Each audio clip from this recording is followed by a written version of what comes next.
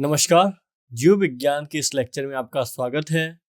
आज हमारी चर्चा का विषय है मानव उद्विकास। तो आज हम उद्विकास से संबंधित समस्त जानकारी की चर्चा करेंगे, जैव विकास की चर्चा करेंगे और इससे जुड़े हुए विभिन्न पहलुओं को जानेंगे। अभी तक हम जैव विज्ञान के लेक्चर में पढ़ चुके हैं। हम इसमें कोशिका विज्ञान को पढ़ चुके हैं, साइटोलॉजी, कोशिका विज्ञान को हम पढ़ चुके हैं। इसके अतिरिक्त हम जीव विज्ञान की विभिन्न शाखाओं का अध्ययन कर चुके हैं। हम देख चुके हैं आखिर कौन कौन सी शाखाएं हैं जीव विज्ञान में, उप शाखाएं इसकी, इन सब बातों का अध्ययन कर चुके हैं। हम बात कर चुके हैं इसके अलावा जेनेटिक्स की या फिर आनुवंशिकी की चर्चा कर चुके हैं। आनुवंशिकी, तो ये हम चर्चाएं कंप्लीट कर चुके हैं। आइए बात करते हैं अब आज के प्रमुख lecture evolution and diversity of life यानी जैव विकास। ठीक है, चलिए। तो the evolution and diversity of life is a fascinating topic in biology. Explore how living organism have evolved over billion of years. यानी कुल मिला के हम चर्चा करें तो आज के इस लेक्चर में हम बात करने वाले हैं जो इस दुनिया में जीवन की उत्पत्ति हुई है। जीवन की उत्पत्ति का हम अध्ययन करेंगे। उत्पत्ति, बहुत सारी महत्वपूर्ण किताबें हैं जो जीवन की उत्पत्ति से संबंधित सिद्धांत दर्शाती हैं, जिसमें आप देखेंगे लेमार्क हो गए, डार्विन हो गए और भी अन्य वैज्ञानिक हो गए महत्वपूर्ण, जिन्होंने इनकी बात की है। आज आधुनिक समय में भी बहुत सारे ऐसे महत्वपूर्ण वैज्ञानिक हैं जिन्होंने परोक्ष रूप से, प्रत्यक्ष रूप से जीवन की उत्पत्ति के संबंधित कुछ बातें बताई हैं। तो जिनमें आप देखेंगे युval नोआ हरारी सर भी हैं, इनकी भी किताब है सेपियंस। इससे भी आपको जीवन की उत्पत्ति और इसमें इंसान के विकास को समझने में सहायता मिलेगी आपको। तो ऐसा माना जाता है जीवन की उत्पत्ति, पृथ्वी की उत्पत्ति अनुमानतः 4.5 अरब वर्ष पूर्व हुई, ऐसा माना जाता है। पृथ्वी की उत्पत्ति हुई 4.5 या 4.6 अरब वर्ष पूर्व, तथा कालांतर में इस पर जीवन की उत्पत्ति हुई। जब पृथ्वी की उत्पत्ति हुई, इसके बाद धीमे धीमे से पृथ्वी पर जीवन की उत्पत्ति हुई। सबसे पहले नीलहर्ष शैवाल इस दुनिया में आए। फिर हम देखेंगे पृथ्वी पर जीवन की उत्पत्ति के संदर्भ में अनेक वैज्ञानिकों द्वारा विभिन्न सिद्धांत परिकल्पनाएं प्रस्तुत की गई, जिसमें एक सिद्धांत है रासायनिक उद्विकास के फलस्वरूप जीवन की उत्पत्ति। रासायनिक उद्विकास के फलस्वरूप जीवन की उत्पत्ति। हमने ऐसा क्यों कहा कि जीवन की उत्पत्ति के संबंध में विभिन्न अवधारणाएं प्रस्तुत की हैं? क्योंकि आप जानते हैं विभिन्न धर्म ग्रंथों ने भी जीवन की उत्पत्ति के संदर्भ में अनेक अवधारणाएं प्रस्तुत की हैं। उदाहरण के तौर पे आप देखेंगे ईसाई चर्चा करते हैं कि किस तरीके से ईश्वर ने 2 व्यक्ति भेजे, एडम और ईव भेजे। इसके बाद इन्हीं के पूर्वज हैं पूरे इस दुनिया में जितने भी मनुष्य हैं। तो इस तरीके से अलग अलग धर्म ग्रंथ अपने हिसाब से चर्चा करते हैं कि किस तरीके से इस दुनिया में जीवन की उत्पत्ति हुई। इसी तरीके से आप देखेंगे कामायनी महाकाव्य है और एक भारत में दर्शन है श्रद्धा और मनु का दर्शन, जिसमें क्या होता है, जो मनु होती हैं और श्रद्धा, व्यवस्थ मनु होते हैं और श्रद्धा, तो इनसे पुत्र प्राप्त के बाद इस दुनिया में लगातार इंसानों का उद्विकास होता है। इसके बाद इंसान इस दुनिया में फैल जाते हैं। तो इस तरीके से हर धर्म ग्रंथ अपने हिसाब से पृथ्वी पर जीवन की उत्पत्ति और पृथ्वी पर इंसान की उत्पत्ति के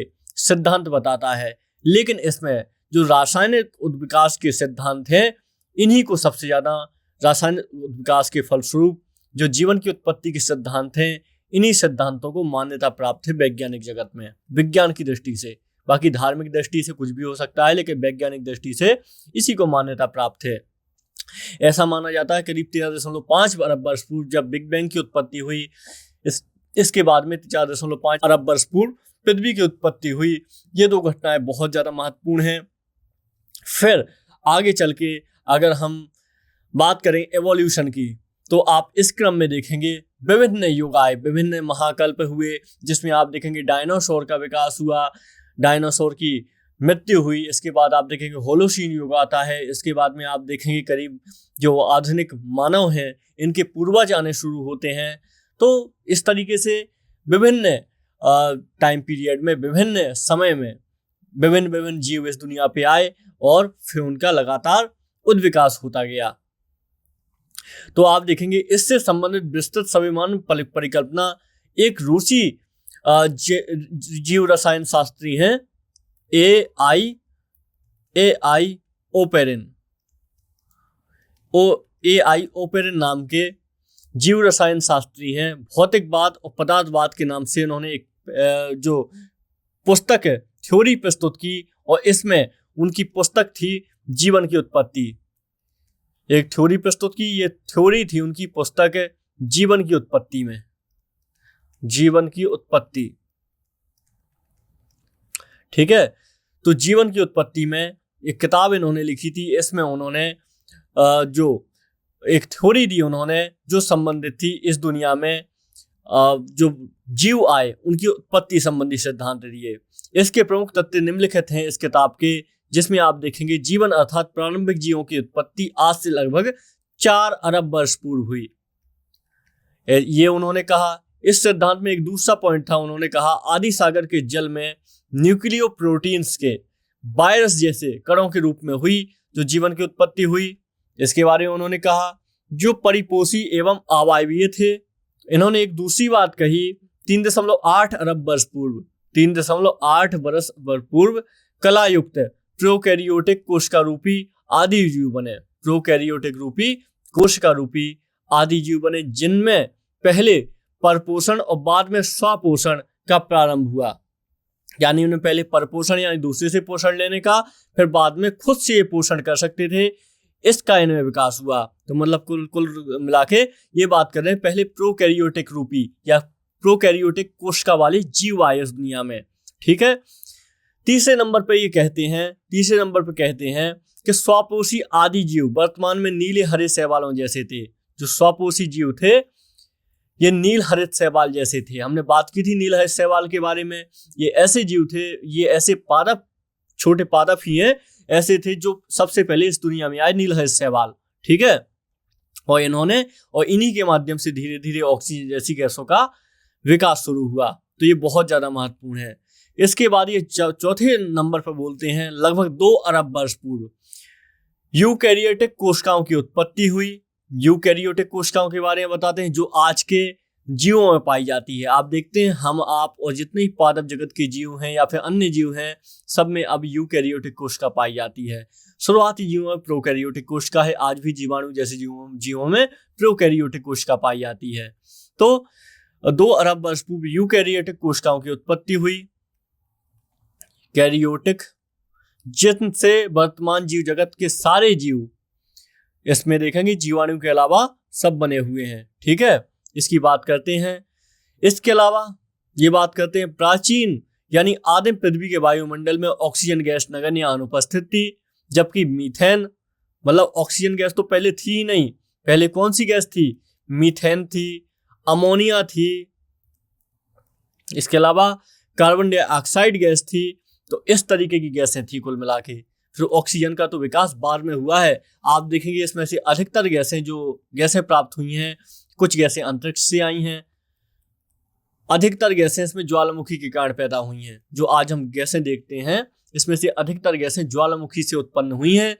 इसमें से 1-2% गैस अंतरिक्ष का भी योगदान है, बाकी सब ज्वालामुखी से ही उत्पन्न हुई हैं गैसें। ठीक है, तो इस तरीके से इसमें दुनिया में गैसों की उत्पत्ति हुई। तो आइए आगे जब बात करते हैं जैव विकास की मौलिक परिकल्पना एवं सिद्धांत देख लेते हैं। इसे मौलिक परिकल्पना की बात कर लेते हैं। ठीक है,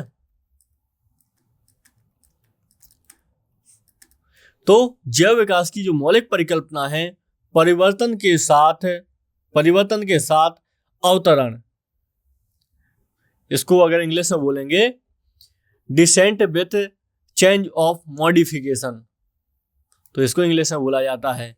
अर्थात इसका मतलब क्या होता है? इसका मतलब होता है निम्न कोटि के सरल जीवों से क्रमिक परिवर्तनों के द्वारा परिवर्तन हुए बीच में अधिक विकसित एवं जटिल जीव की उत्पत्ति ही जैव विकास कहलाता है।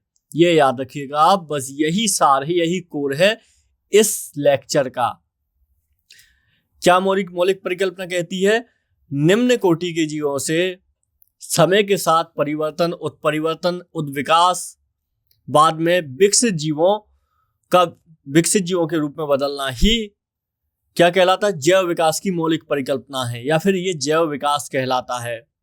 अब इसको हम देखेंगे आगे चल के। लेमार्क, चार्ल्स डार्विन, ह्यूगो डेविड आदि के ठोस प्रमाण के आधार पर इसको समझने का प्रयास करते हैं। तो लेमार्कवाद ने क्या कहा? तो पहले लेमार्कवाद देख लेते हैं। तो लेमार्कवाद ने कहा, इसके जो अध्ययन है इसको हम लेमार्कवाद कहते हैं। बाकी लेमार्क नाम का एक वैज्ञानिक था, जीन बैप्टिस्टे दी लेमार्क। ये एक फ्रांसीसी वैज्ञानिक था। इसने अपना पहला तर्कसंगत सिद्धांत प्रस्तुत किया, जो 1809 में उनकी पुस्तक जो थी फिलॉसफी जूलॉजिक, इसमें पब्लिश हुआ, इसमें छपा। इसे लेमार्क का सिद्धांत या लेमार्कवाद कहते हैं। इस सिद्धांत को, यह सिद्धांत जो है यह निम्नलिखित मूल धारणाओं पर आधारित है। आइए इनकी बात करते हैं, इन मूल धारणाओं की। यह सिद्धांत है, पहला, बड़े होने की प्रवृत्ति हर जीव में होती है की प्रवृत्ति। दूसरा इसमें हो जाएगा वातावरण का सीधा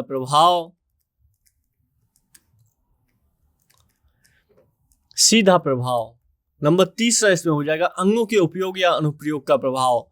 अगर किसी अंग का प्रयोग करेंगे तब तो वो विकसित होगा, नहीं तो वो खत्म हो जाएगा। अंगों के उपयोग या अनुप्रयोग का प्रभाव,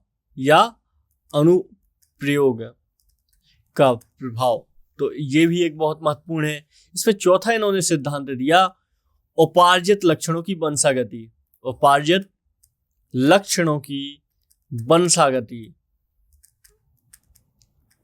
ठीक है, क्या है ये?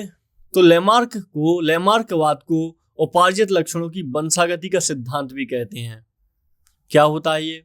इसमें है अंगों के उपयोग एवं अनुपयोग की धारणा के अनुसार अधिक प्रयोग किए जाने वाले अंग सुदृढ़ और सुविकसित हो जाते हैं, तथा वे अंग जिनका प्रयोग कम होता है निष्क्रिय तथा धीरे धीरे लुप्त हो जाते हैं। उदाहरणार्थ जिराफ की गर्दन का लंबा होना और सर्पों में टांग का अभाव।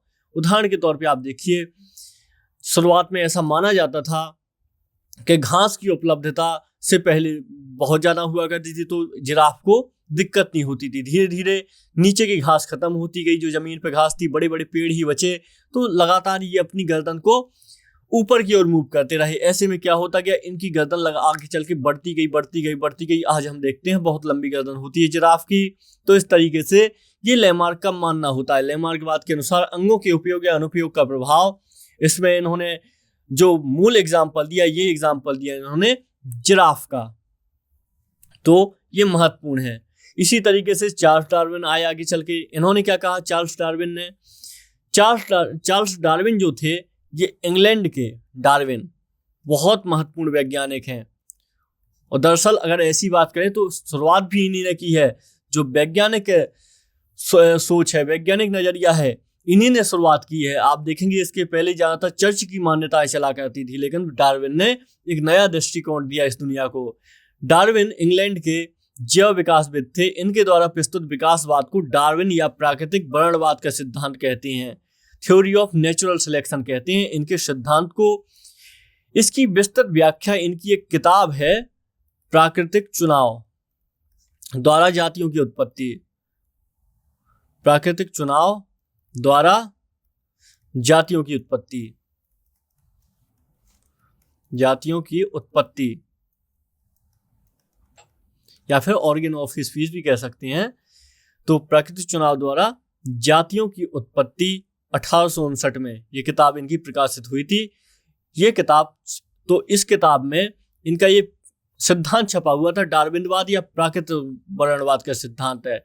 यह सिद्धांत 4 तथ्यों पर आधारित था। पहला था जीवों में प्रचुर संतानोत्पत्ति की क्षमता, यानी ओवर प्रोडक्शन।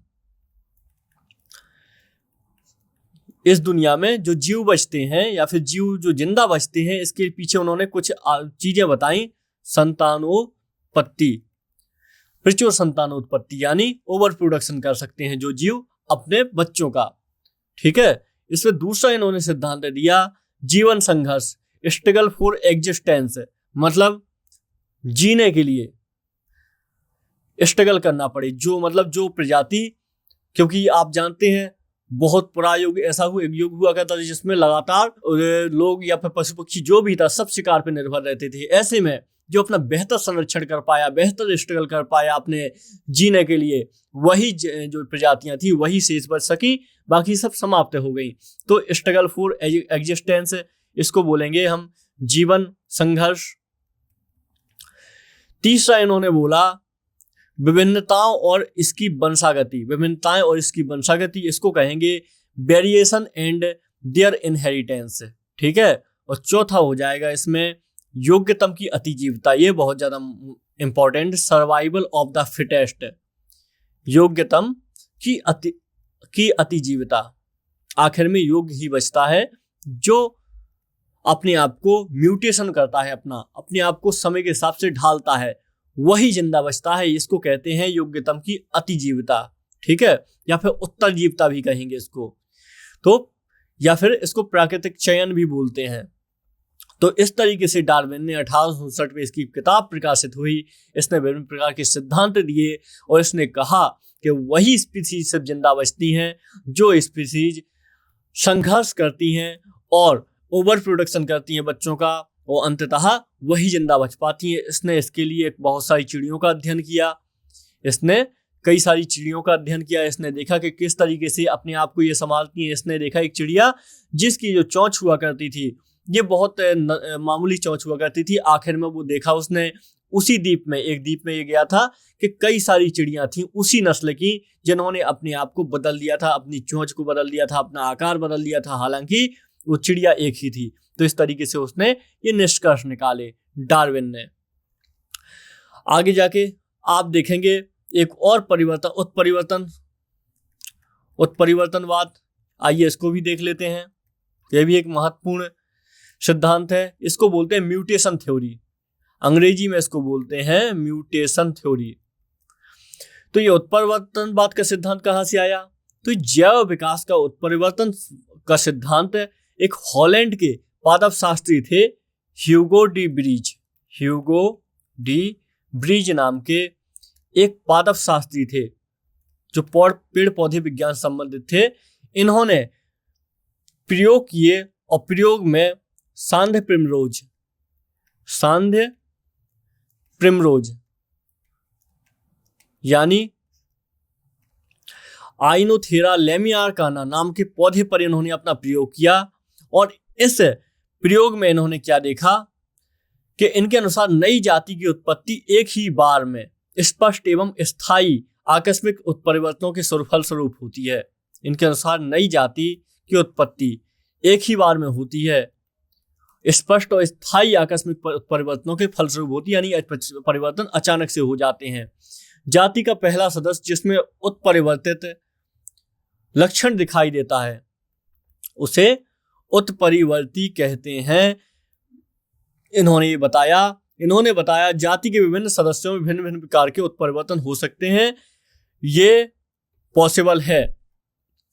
उदाहरण के तौर पे आप देखते हैं कई बार कि एक ही जाति के कुछ जीव होते हैं लेकिन विभिन्न जीवों में कई प्रकार के उत्परिवर्तन होते हैं। उदाहरण के तौर पे अगर आप बिग कैट फैमिली की ही बात करें तो आप इसमें देखेंगे इस बिग कैट फैमिली में बहुत अलग अलग जीव हुए, जिसमें टाइगर हो गया, तेंदुआ हो गया, चीता हो गया। ये बिल्ली जो बिग कैट फैमिली से ही संबंधित हैं। तो इस तरीके से कई सारे जो बाद में उत्परिवर्ती होता है, जैसे कहते हैं कि कुत्ता जो था ये भेड़िए का ही मतलब वंशज है, और इस तरीके से ये बिल्कुल बाकायदा वैज्ञानिक प्रूफ भी है। तो इस तरीके से ये भी एक तरीके का उत्परिवर्तन है। तो ये सदस्यों के भिन्न भिन्न प्रकार के उत्परिवर्तन हो सकते हैं एक ही परिवार के। तो ये सब महत्वपूर्ण है। आगे चल के आप देखेंगे ऐसे ही परिवर्तन मानव में भी दिखाई दिए, जिसमें हम देखते हैं मानव का क्या नाम है, वैज्ञानिक नाम होमो सेपियंस है।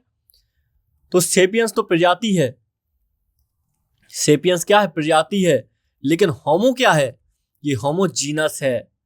ये जीनस कभी नहीं बदलता है, बस ये प्रजाति बदलती रहती है। जैसे कि आप देखेंगे, आप अपने प्राचीन मानवों को देखेंगे, जैसे हम होमो सेपियंस है, हमारे प्राचीन मानव क्या थे, होमो डेनिसोवन थे, डेनिसोवन, नियंडरथल थे, होमो इरेक्टस थे। तो इनके नाम के आगे आप प्रजाति तो अलग अलग देख रहे हैं, लेकिन ये होमो लगा हुआ देख रहे हैं। इसका मतलब ही यही है कि ये सब जो मानव थे अलग अलग इनका उत्परिवर्तन होता रहा, ये लगातार बदलते रहे, लेकिन इनका जीनस नहीं बदला। जो इनका मैन था, ये किस कुल से थे ये नहीं बदला, बाकी इनकी प्रजातियां बदलती रहीं। तो ये दर्शाता है ये। अभी हम पढ़ेंगे, आप देखेंगे इसमें अगर हम मानव के विकास को समझें तो आप बेहतर से समझ पाएंगे कि जैसे युवाल नोआ हरारी प्रोफेसर हैं, जो हिब्रू विश्वविद्यालय से संबंधित हैं, इन्होंने एक अपनी किताब लॉन्च की है, सेपियंस। ये दुनिया के सबसे बुद्धिमान लोगों में से एक माने जाते हैं, युवाल नोआ हरारी। ये अपनी किताब में लिखते हैं कि करीब 4.5 अरब वर्ष पूर्व जब प्रकृति पर जीवन की उत्पत्ति हुई, इसके बाद आज से 25 लाख साल पहले अफ्रीका महाद्वीप में ऑस्ट्रेलोपिथेकस नाम से सबसे पहले मानव की उत्पत्ति हुई। ये मानव की उत्पत्ति कैसे हुई? ये उत्पत्ति हुई चिंपैंजी से। मतलब ये भी मानव जो चिंपैंजी जैसे ही थे, चिंपैंजी जैसे दिखते थे बहुत हद तक, लेकिन फिर भी इनको हम सबसे शुरुआती मानव कह सकते हैं ऑस्ट्रेलोपिथेकस के। इनकी उत्पत्ति हुई थी 25 लाख वर्ष पूर्व। तो ये चिंपैंजी से इनका उत्परिवर्तन हुआ था। इसके बाद में ये ऑस्ट्रेलोपिथेकस से लगातार विकास होता रहा। आगे चल के मध्य पुरापाषाण काल में इरेक्टस यानी तन के खड़ा होने वाला मनुष्य, इसके बाद नियंडरथल, इसके अतिरिक्त होमो हैबिलस जो हमारा सबसे करीबी मनुष्य है। तो इस तरीके से कई सारी प्रजातियां डेवलप होती गई। ये सब में होमो लगा हुआ है, ध्यान रखिएगा। तो ये अलग अलग प्रजातियां डेवलप होती गई। और ये प्रजातियां किस तरीके से डेवलप हुई? उदाहरण के तौर पे अगर अफ्रीका महाद्वीप में देखेंगे तो यहाँ पे अगर ऑस्ट्रेलोपिथेकस डेवलप हुआ, आगे चल के कुछ नई प्रजातियां डेवलप हुई, तो ये प्रजातियां एक लंबी दूरी पर निकल गई, यात्रा पे निकल गई। जैसा आप जानते हैं मानव को स्वभाव है लगातार घूमना। तो इस तरीके से ये अलग अलग महाद्वीपों में प्रजातियां पहुंच गई। कुछ यूरोप में पहुंच गई, कुछ एशिया में पहुंच गई, कुछ भारत तक पहुंच गई, जिसमें नर्मदा घाटी में भी एक मानव की हमें खोपड़ी प्राप्त होती है। होमो हैबिलस कहा गया है, इसको रामाफिथिकस कहा गया है।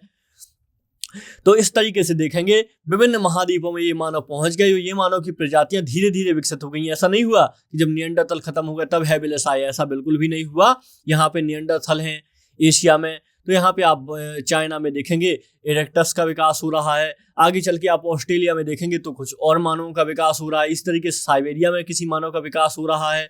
तो इस तरीके से धीरे धीरे इनका विकास हुआ और आखिरकार 70,000 वर्ष पूर्व होमोसेपियंस की उत्पत्ति हुई इस दुनिया में, वहीं अफ्रीका में होमोसेपियंस की। और होमोसेपियंस ने क्या किया? जो पुरानी मानव प्रजाति थी ये उनसे ज्यादा बुद्धिमान थे, अतः इन्होंने ऐसा माना जाता है शायद समाप्त कर दिया और खुद अपने अस्तित्व में आ गए। या फिर इन्होंने जो ये पुरानी मानव प्रजातियां थी इनसे प्रजनन किया और इन प्रजातियों को खत्म कर दिया और अपनी एक नई प्रजातियों की शुरुआत कर ली होमोसेपियंस ने, ऐसा माना जा रहा है। ऐसा युवाल नोआ हरारी अपनी किताब में भी कहते हैं। तो विज्ञान के नजरिए से किताब बहुत ज़्यादा महत्वपूर्ण है। इसमें बहुत सारी हमें ऐसी चीज़ें पता चलती हैं जो हमें होमोसेपियंस के बारे में पता होनी ही चाहिए। ठीक है, इस तरीके से ये सब महत्वपूर्ण बातें थी जो आपको पता होनी ही चाहिए इंसान से संबंधित और अपने उद्विकास से संबंधित, डाइवर्सिटी ऑफ लाइफ के लिहाज से आपको पता होनी ही चाहिए। ठीक है, तो ये होमोसेपियंस की एक याद रखिएगा, हमने इनके विकास पे कुछ बात की है। और युवाल नोआ हरारी तो ये भी लिखते हैं कि आज भी अभी अफ्रीका महाद्वीप में या फिर ऑस्ट्रेलिया महाद्वीप में बहुत सारे इंसानों पे प्रयोग किया गया, इनके जीन्स को देखा गया। तो इनके जीन्स, क्योंकि इनके जीनस प्राप्त हुए हैं, इनकी अभी भी जीवाश्म में मिलते हैं, पाए जाते हैं, होमो हैबिलस के, होमो नियंडरथल्स के। तो इनकी जब जीवाश्म से आधुनिक मानव को मैच किया गया, इनके जीन को मैच किया गया, तो ऐसे में इनके जीन भी आज पाए गए हैं। आज हम होमोसेपियंस हैं, लेकिन हमारे अंदर नियंडरथल, हैबिलस और भी अन्य प्राचीन मानवों के जीन प्राप्त होते हैं, ऐसा भी लिखते हैं प्रोफेसर युवाल नोआ हरारी। ठीक है, चलिए आगे बात करते हैं। ये देखते हैं, ये उत्परिवर्तन है। एक तरीके से हम देख रहे हैं जो हाथ का ही उत्परिवर्तन है विभिन्न प्रकार के जीवों में। ये हाथ का ही उत्परिवर्तन है जो विभिन्न जीवों में अलग अलग होता है। तो इसको ये भी महत्वपूर्ण है। तो ऐसा माना जाता है कि लगातार किसी अंग के प्रयोग करने से वो अंग लगातार बढ़ते रहते हैं। उदाहरण के तौर पे ऐसा आजकल एक थ्योरी चल रही है, ऐसा माना जाता है कि जो हमारी हाथ की सबसे छोटी उंगली है, जो हमारे पैर की सबसे छोटी उंगली है, ऐसा माना जाता है कि कुछ हजार सालों में जब उत्परिवर्तन होता रहेगा मानवों में, तो ये जो पैर की उंगली है जो सबसे छोटी होती है, क्योंकि हम जानते हैं 5 उंगलियां होती है पैर में, अंगूठा, फिर इसके बाद उंगली होती है, फिर एक सबसे छोटी उंगली होती है, तो ये उंगली कुछ सालों बाद खत्म हो जाएगी, समाप्त हो जाएगी, क्योंकि इसका कार्य नहीं रह जाएगा। हम इससे कुछ खास कार्य करते भी नहीं, पैर की छोटी उंगली से सिर्फ 4 उंगलियां बचेंगी। और जो हम दिमाग यूज कर रहे हैं, इस तरीके से अगर देखा जाए तो सिर का जो साइज है ये बहुत बड़ा हो जाएगा, और जो हमारी हाइट बहुत ज्यादा बड़ी होती है जिसका कोई उपयोग नहीं होता है, तो ये हाइट छोटी हो जाएगी हमारी। ऐसा माना जाता है, वैज्ञानिक मानते हैं, जब उत्परिवर्तन हमारा कई हजार सालों में धीरे धीरे होगा। तो ये भी एक वैज्ञानिकों का अंदाजा है, क्योंकि आप देखेंगे तो प्रकृति में अगर हम जो प्राचीन विश्लेषण करते हैं प्राचीन प्रजातियों का, तो इसमें आप देखेंगे प्रकृति ने कई सारे प्रयोग किए। जिसमें प्रकृति ने बहुत बड़े शरीर वाले जीव भी बनाए, जिसमें आप देखेंगे डायनासोर को देखेंगे, बहुत बड़े शरीर वाला जीव था। हालांकि ये बिल्कुल से फेल रहे, तो प्रकृति ने आखिर ऐसे जीवों के बाद इंसान जैसे जीव बनाने शुरू किए, छोटे जीव बनाने शुरू किए, क्योंकि डायनासोर का इतना बड़ा शरीर था, इतना भयानक बड़ा शरीर था कि ऐसे में डायनासोर खुद ही नियंत्रित नहीं कर सकता था अपने शरीर को। तो प्रकृति ने समझा कि आकार बढ़ाना बहुत जरूरी चीज नहीं है, इसके हिसाब से इसमें कुछ और परिवर्तन करने होंगे। और इसी तरीके से आप देखेंगे आखिरकार इंसान में धीरे धीरे संज्ञानात्मक क्रांति आई।